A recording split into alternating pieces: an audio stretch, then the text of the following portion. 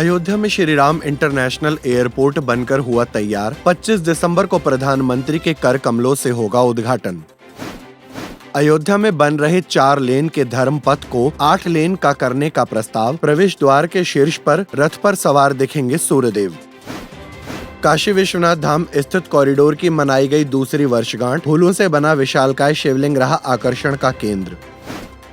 16 दिसंबर को खुलेंगे पुरी जगन्नाथ मंदिर के कपाट। नए साल से ड्रेस कोड लागू होने के साथ ही बढ़ेंगी और सुविधाएं। अयोध्या में निर्माणाधीन राम मंदिर के साथ ही पूरे नगर में विकास कार्य चल रहा है। इसी कड़ी में यहाँ का श्री राम अंतर्राष्ट्रीय हवाई अड्डा लगभग बनकर तैयार है और इसका उद्घाटन 25 दिसंबर को प्रधानमंत्री के कर कमलों द्वारा किया जाएगा। इससे पहले एयरपोर्ट अथॉरिटी ऑफ इंडिया को 15 दिसंबर तक काम पूरा करने के निर्देश दिए गए थे। उद्घाटन के बाद पहली उड़ान दिल्ली के लिए और इसके बाद अहमदाबाद के लिए फ्लाइट शुरू की जाएगी।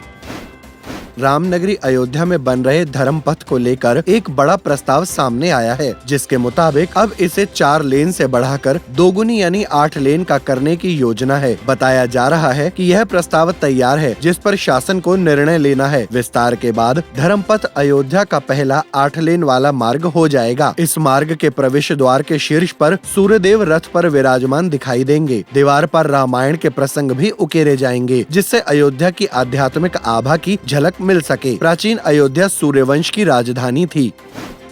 काशी के प्रसिद्ध बाबा विश्वनाथ धाम में बने कॉरिडोर को दूसरी वर्षगांठ के अवसर पर बड़े ही सुंदर तरीके से सजाया गया। इस दौरान फूलों से सजा विशालकाय शिवलिंग लोगों के आकर्षण का केंद्र रहा। इस अवसर पर महारुद्राभिषेक और हवन पूजा के साथ ही शंख और डमरू वादन का कार्यक्रम भी हुआ। इन 2 सालों में भक्तों ने दिल खोलकर बाबा को दान भी दिया है। आंकड़ों के मुताबिक 2 साल में लगभग 100 करोड़ रुपए का चढ़ावा आया है, जिसमें नकद राशि के साथ ही सोना चांदी और अन्य कीमती भेंटें भी शामिल हैं।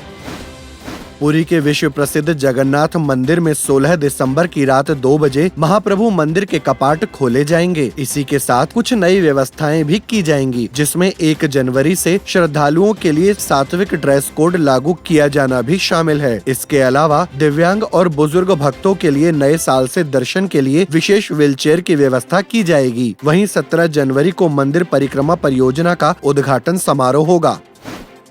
17 दिसंबर को मथुरा में बांके बिहारी जी के प्राकट्य उत्सव को लेकर मंदिर समिति ने श्रद्धालुओं के लिए गाइडलाइन जारी की है। इसके तहत श्रद्धालुओं की भीड़ के अनुमान को देखते हुए अपने साथ बुजुर्ग, बच्चों और दिव्यांगों को न लाने की अपील की गई है। जो भक्त रोज किसी प्रकार की दवाई ले रहे हैं, वे चिकित्सा लाभ के बाद ही मंदिर दर्शन के लिए आएं। इसके साथ ही मंदिर में किसी भी प्रकार का कीमती सामान न लाने की सलाह दी गई है। हालांकि सुरक्षा के लिए मंदिर के अंदर 50 अतिरिक्त सुरक्षा गार्ड तैनात किए जाएंगे।